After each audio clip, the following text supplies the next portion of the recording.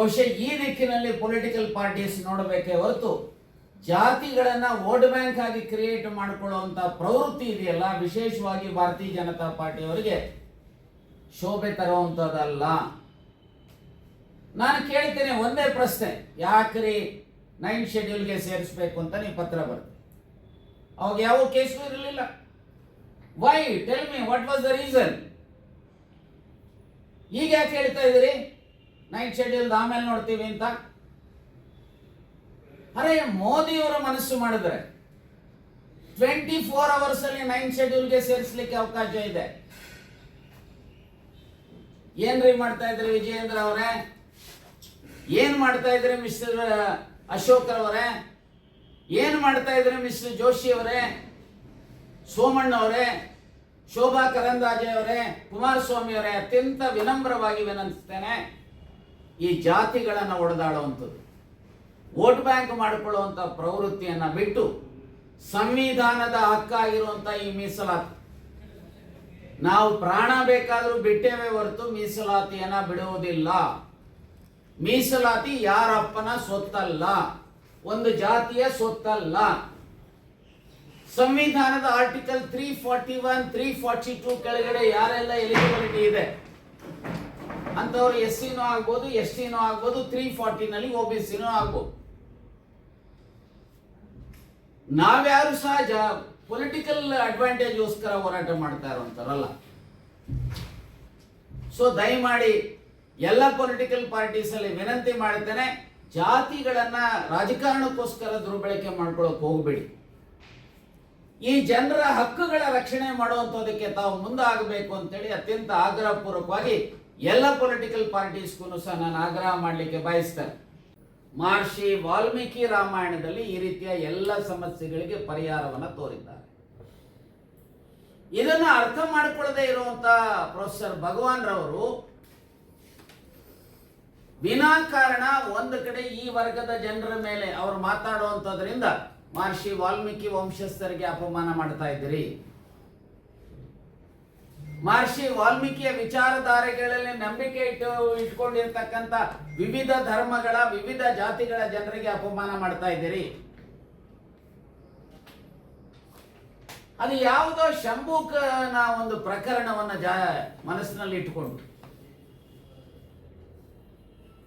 ಆ ಶಂಭುಕನ ಆ ಕಾರಣ ಒಂದರಿಂದನೇ ಈ ರೀತಿ ಮಾತನಾಡ್ತಾರೆ ಅಂತ ಹೇಳಿದ್ರೆ, ಈಗ ಮಹರ್ಷಿ ವಾಲ್ಮೀಕಿ ಟ್ರೈಬಲ್, ಶಬರಿ ಟ್ರೈಬಲ್.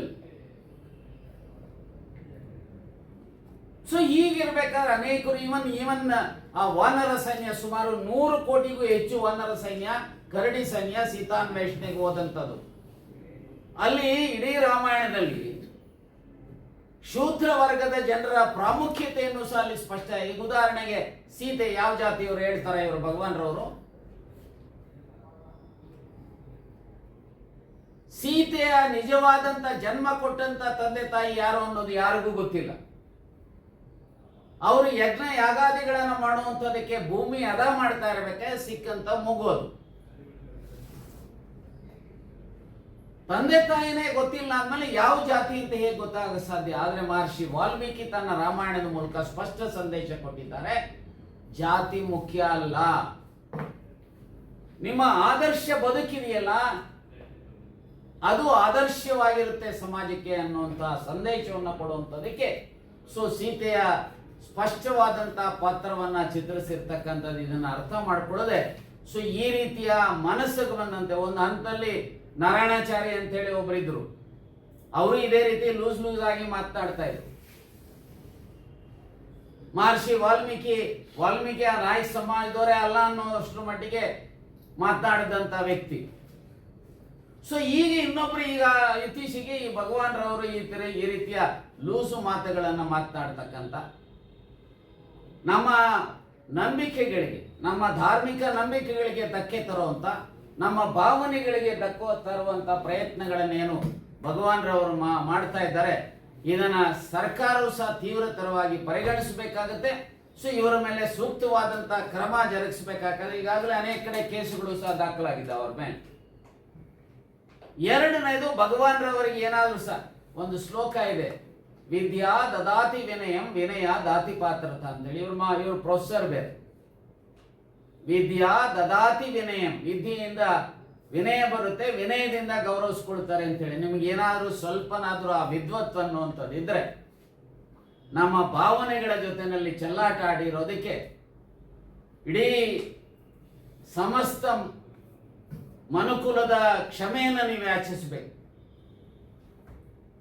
ಮನುಕುಲದ ಇಡೀ ಯಾರು ಅವರ ಮಹರ್ಷಿ ವಾಲ್ಮೀಕಿಯ ಬಗ್ಗೆ, ಅವರ ವಿಚಾರಧಾರೆಗಳ ಬಗ್ಗೆ ನಾವೆಲ್ಲರೂ ಸಹ ನಂಬಿಕೆ ಇಟ್ಕೊಂಡಿದ್ದೀವಿ, ನಮಗೆ ಘಾಸಿ ಮಾಡಿರ್ತಕ್ಕಂಥ ಹಿನ್ನೆಲೆಯಲ್ಲಿ ಸೊ ಇಡೀ ಸಮಾಜದ ಕ್ಷಮೆಯನ್ನು ಯಾಚಿಸಬೇಕು.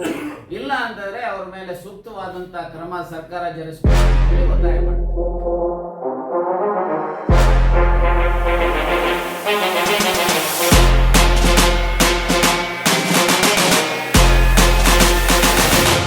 ಮಹರ್ಷಿ ವಾಲ್ಮೀಕಿ ರಾಮಾಯಣದಲ್ಲಿ ಈ ರೀತಿಯ ಎಲ್ಲ ಸಮಸ್ಯೆಗಳಿಗೆ ಪರಿಹಾರವನ್ನು ತೋರಿದ್ದಾರೆ.